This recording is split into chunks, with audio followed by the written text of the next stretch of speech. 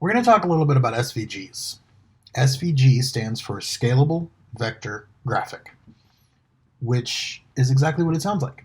It is a graphic we can use on the web that is scalable. It is based in vectors. Remember, vector art can scale up and down without a loss of quality, unlike raster images like JPEGs or PNGs. Now, scalable vector graphics work in two ways. Basically, they are code. A scalable vector graphic is all just XML code, and that allows us to use these SVGs two different ways. One way we can do it is to create just an SVG and use the SVG like we would an image, right? If we had a JPEG, we would just do IMG and then put the image in there. We do the same thing with the SVG. The other way is to actually add the inline code to our project that we're working on our web page. They both have advantages and disadvantages. And I'll be honest with you, most cases you're probably just going to put the SVG in like you would an image. It's not often that you need to use the code, but I'm going to show you how to do both just in case you ever do. So here you see a checkbox, vector checkbox, pretty simple, pretty basic. The first thing I need to do though is make sure my artboard isn't bigger than I need it to be. If I convert this right now to an SVG, it's going to take all this extra space. So no matter what I do, it's basically building in margin or padding, and that's not what I want to do. So I'm going to have to shrink my artboard, and let me show you a really quick, easy way to shrink your artboard. Make sure everything on the artboard is grouped. Even if it's a temporary thing, you can always ungroup it later, but make sure everything is grouped. And when you have it grouped, select it. Now you go over to your Artboard tool, and with your Artboard tool, if you just double click or shrink the artboard, just like that. So now this looks about what I want. If all you're going to do is use it as a image, go to File, Export, Export for Screens. Now this is a really cool little dialog box that they have. This allows you to make anything that you're working on into a bunch of different formats. You can do PNGs, JPEGs, you can do PDF, SVG. In this case, I'm going to go with SVG. I'm going to click on there and I'm going to rename it. I'm just going to call it checkbox. The range, there's only one artboard, but if you had multiple artboards, you could choose all the artboards or pick specific artboards, include the bleed if you had one. Here's you're going to pick where it's going to be exported to. I'm just going to keep it to my desktop so I can find it. I'm asking it to open my Finder after I've exported it. This we don't need for SVGs. This is if you're doing, let's say, PNGs and you want to create multiple sizes. You want to do half size, twice the size. You can do that in here. SVG doesn't need sizing though, because SVG scales itself. So that's pretty much it. I'm just going to go ahead and hit Export Artboard. I already have one, so it's going to ask me to replace it. And there it is. Now, I've already uploaded it to my CodePen in my Asset Manager here, and I've added it to my example here. This is just IMG source equals. I've put in, I already wrote in the alt. Don't forget your alt tag, super important. And there it is, it's there. Now I'm going to go ahead and give it a class because it's a piece of code like anything else. And I'm going to say checkbox. And I can come down here and do checkbox. I can scale the width. I can say the width is 5%. And there it is, it's a small little checkbox. I can say it's 5,000%, 500%, let's say. Let's not go crazy. And you can see at 500%, here's the checkbox. No loss of quality, okay? So this is the way that you will most likely be using this in this manner. Before I show you anything else though, let me show you what an SVG actually is. If I take this SVG, I can actually open this SVG directly in whatever editor I'm using. Dreamweaver, brackets, doesn't matter. This is all it is. It's code. There's the path that is the checkbox, and there's the path that is the check mark. They're all one group, so they all have the same fill, but that's all it is. So what if we wanted to do something else? What if we wanted to manipulate it a little bit more? What if we knew that we wanted to manipulate it from the start?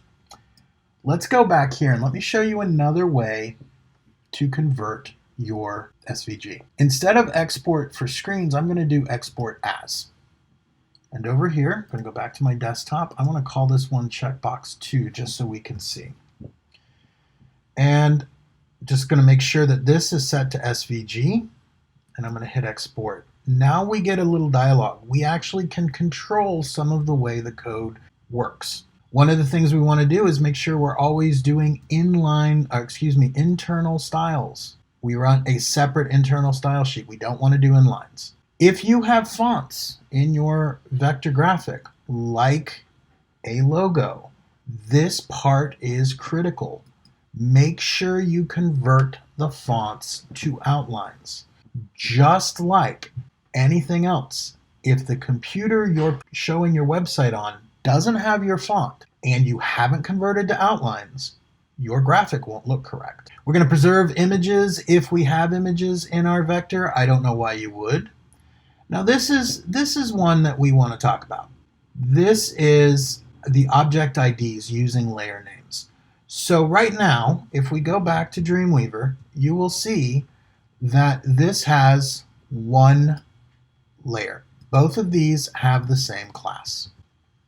I'm going to cancel out of here real quick, and what I'm going to do is I'm going to break this group apart.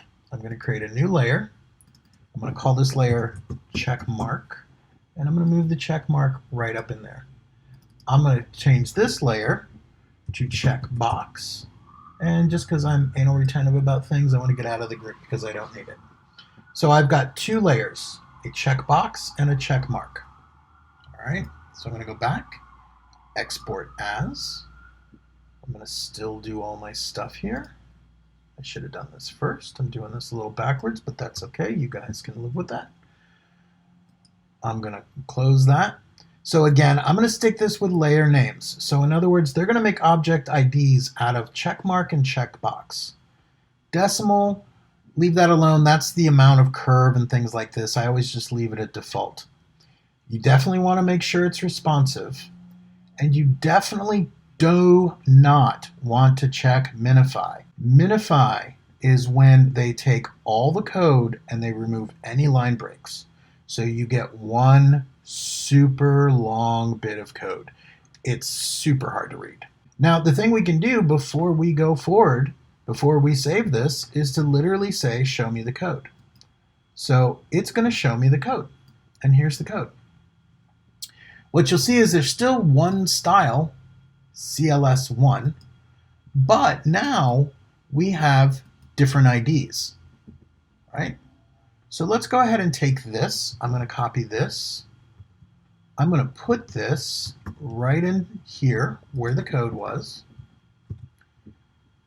Our styles are there. You may want to move your style out of here and put it in here like this, just so our style sheets are the same. Okay. And then I can delete this out. This whole defs, which is defining.